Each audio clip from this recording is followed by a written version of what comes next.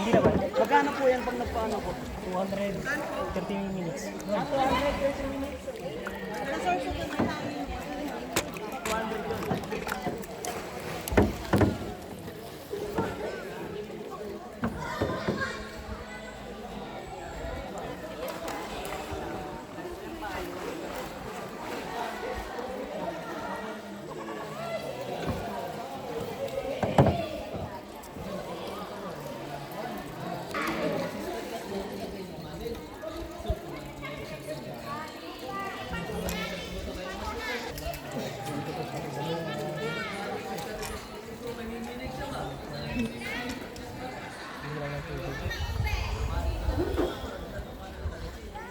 Oh, dito parang Boracay na rin. Ganda ng tubig, malinaw. Oh, malalim dito. Oh. Kulay na blue, kulay blue. Blue. Oh, tapos meron din ano doon. Hanging bridge. Oh, saan na tayo pupunta? Ma'am.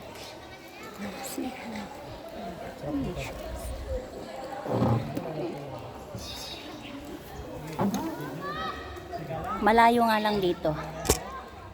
From Taguig to here is 4 hours. Yeah. Kasi from San Leonardo to hanggang dito is 1 hour pa.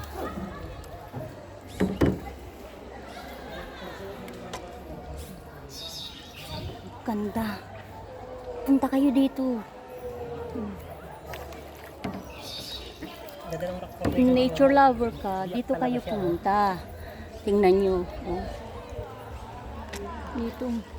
Bundok dyan. Meron pang cave. Papunta dyan sa taas. May 1,000 steps daw. Kaso sarado kasi nga umulan kanina. Ay, madulas daw.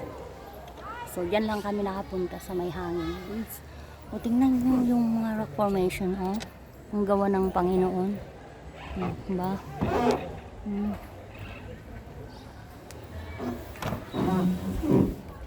Ba nakakatuwa dito.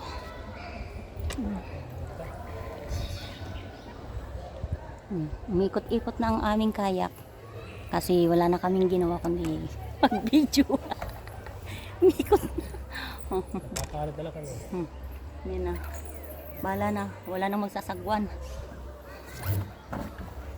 Oh, see, you look.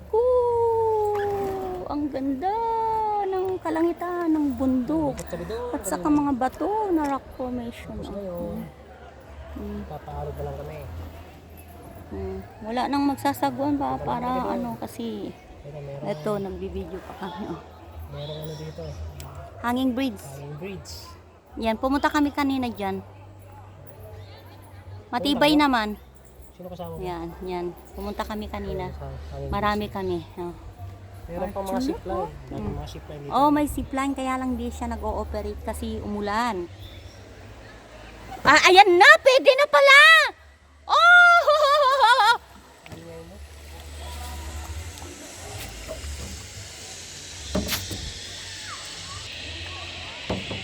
Ala, punta na ako pa! Gusto mag-zipline! Hi! Go, go, go! Let's go!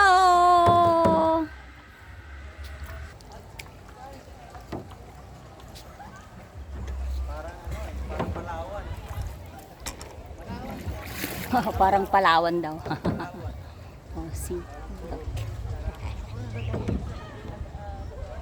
Balik muna tayo, maaga pa.